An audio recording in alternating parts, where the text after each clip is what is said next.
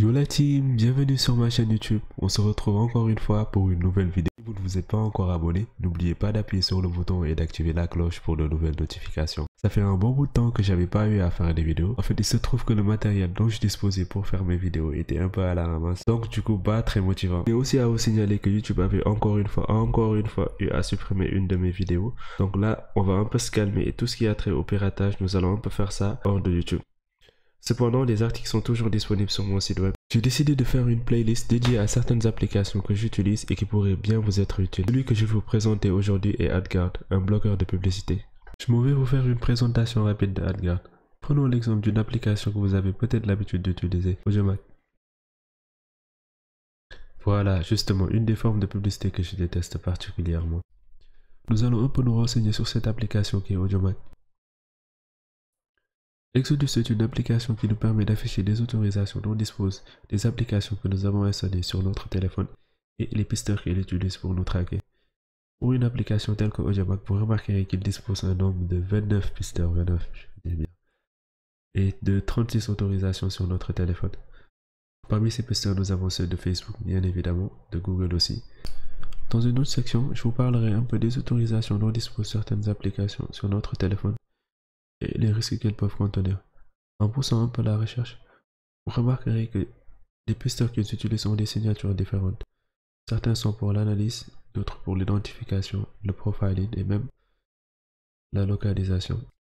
Nous allons maintenant passer à la présentation de AdGuard. Vous aurez remarqué que depuis ma première utilisation jusqu'à présent, il a eu à bloquer un nombre de 54 000 annonces et de 29 000 trackers. Le journal des filtrages nous montre cela plus en détail.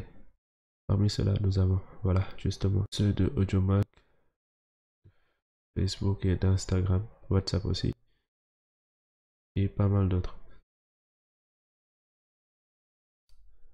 Pour ce qui est des paramètres, veuillez vous rendre dans la section paramètres, blocage de contenu, filtrage DNS. Dans la section filtrage DNS, vous avez la possibilité de sélectionner un serveur DNS autre que celui qui vous est fourni par défaut, c'est-à-dire celui de votre fournisseur d'accès Internet, dans mon cas Orange. Dans la section, vous avez la possibilité d'ajouter un serveur proxy, d'activer le filtrage HTTPS par défaut. Dans les paramètres avancés, réglage de bas niveau, vous avez la possibilité de pousser un peu plus la personnalisation. Cette section est réservée à ceux qui ont des notions un peu plus poussées en réseau. Si ce n'est pas le cas, veuillez juste le laisser par défaut et AdGuard se chargera du nécessaire pour vous.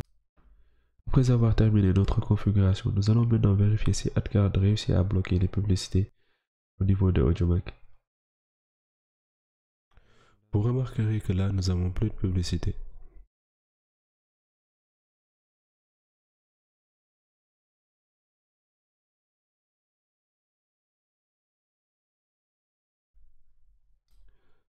Voilà maintenant arrivé au terme de ce tutoriel.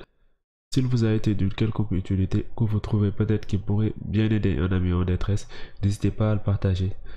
Un soutien de votre part serait la plus grande faveur que vous aurez pu me faire. N'hésitez pas à vous abonner. Si vous avez des suggestions, faites-le moi savoir en commentaire. Merci et à bientôt.